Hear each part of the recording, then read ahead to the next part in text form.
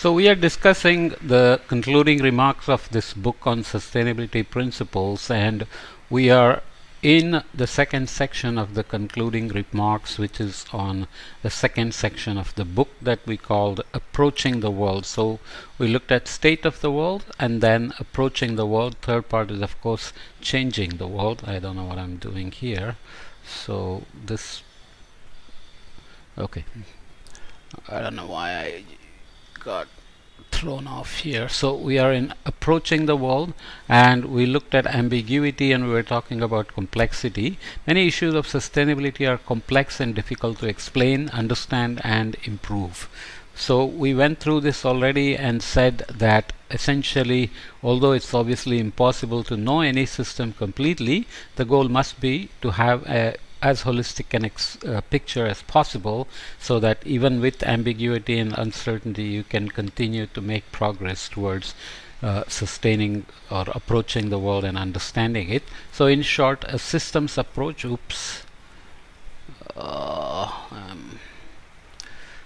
short, a systems approach is assisting us in grasping complexity. No matter how much we think we know about our world, there is always ambiguity in terms of multiple ways of explaining and understanding observed phenomenon and improving experienced challenges. To cope with this ambiguity, it's not only vital to include formal experts when analyzing and managing risk or constructing human environment systems, but to involve a wide range of other actors such as policymakers and the public. So we talked about experts where they could be external partners and they should be just standing by to help the internal partners to design and manage the programs and projects for managing risk and not impose their own ways. And they could be also financiers from outside who have economic power, and that shouldn't come with any pressure on the internal partners to obey the wishes of the economic powers and so on. So not only so we have to include policymakers and the public, and then not only to find mutually agreeable standpoints, but also to provide a degree of moral force and political influence behind those points. So we have to provide the institutional support, if you would, in terms of, we talked about resources, finances, we already mentioned expertise, but we need to have the political influence to implement these standpoints. In short, participatory approaches assist us in coping with the ambiguity. Somebody has to lead and mentor this process, as we were talking about when we talked about all the ships needed for changing the world, right? Finally, the dynamic character of our world makes static approaches to safety and sustainability futile. Even in adaptation, we talked about how adaptation design, strategy and plans, etc. have to be very flexible so that there is a participatory approach and stakeholders are given an opportunity to say whether we are transitioning from adaptation into maladaptation.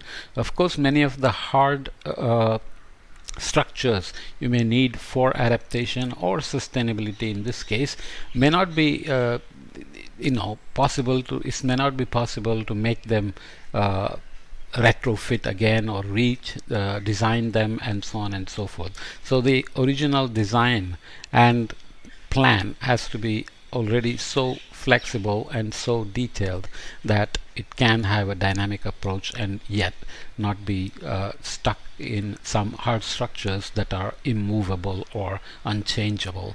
Human environment systems must, in other words, be resilient to sustainable, meaning that they must have the capacity to continuously develop along a preferred expected trajectory while remaining within human environmental boundaries.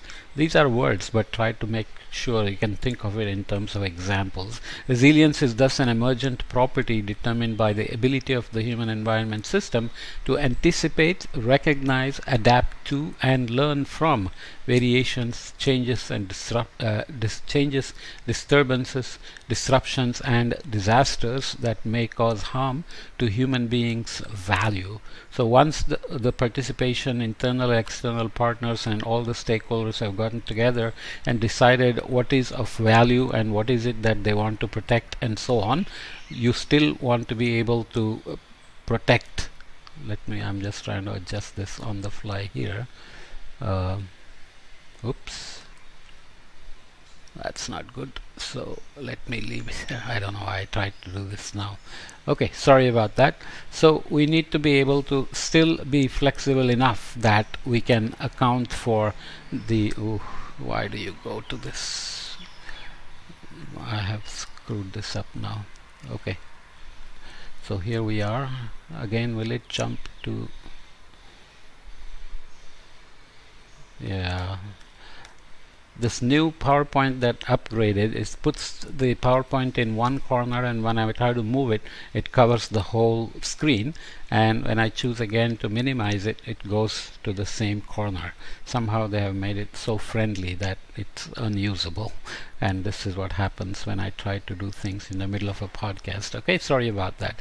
So yeah, this is what we are talking about, how resilience is thus an emergent property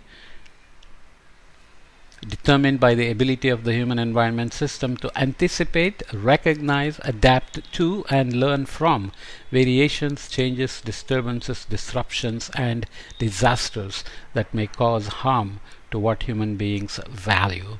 It's relative and context dependent, just as the concepts of development and risk are, and assessing and comparing resilience requires proper care in relation to keeping variables and preferences constant over space and time. So this sounds too theoretical, but without case studies this is hard to really explain. So obviously the idea of resilience in the context of sustainable development is very contextual. It can be sometimes about just sectors. So let's say you are making infrastructure sustainable and resilient, then you have to understand what are the various risks that your infrastructure is going to face based on where you are, whether it's earthquake prone region, whether it's a coastal region with lots of sea level rise problems, and so on and so forth. So you have to assess and compare resilience, and you have to keep the variables and preferences constant over space and time to avoid a lot of wasted resources or ineffectiveness and inefficiencies. The functions of anticipation, recognition, adaptation, and learning, as well as their constituent functions on lower hierarchical levels of abstraction, are in turn performed by a complex combination of knowledge, skills, tools, and other resources, organization on all levels, rules, regulations, and other formal institutions, and norms, values, and other informal institutions. In short, resilience assists us in managing dynamic character of our world. So essentially we are saying there are multiple stakeholders, multiple perceptions, multiple cultural values and norms, and multiple institutions and multiple powers with various levels of hierarchy, as we said, authority and legitimacy and sometimes domination may be combined as one power from internal partners and internal governance, or external partners, and so on. To summarize, sustainability science provides coherent conceptual approaches and tools for making sense of uncertainty, complexity, ambiguity, and dynamic change necessary for grasping and addressing present and future issues of safety and sustainability.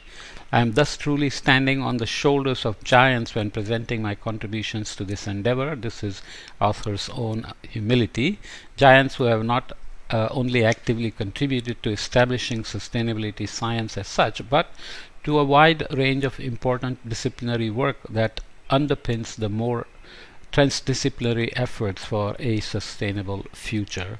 So the author has a vast body of work on modeling sustainability and so on, which will continue in the next podcast on changing the world. So we looked at state of the world, approaching the world, and now we'll conclude with changing the world and ways forward. Okay, so see you in the next podcast.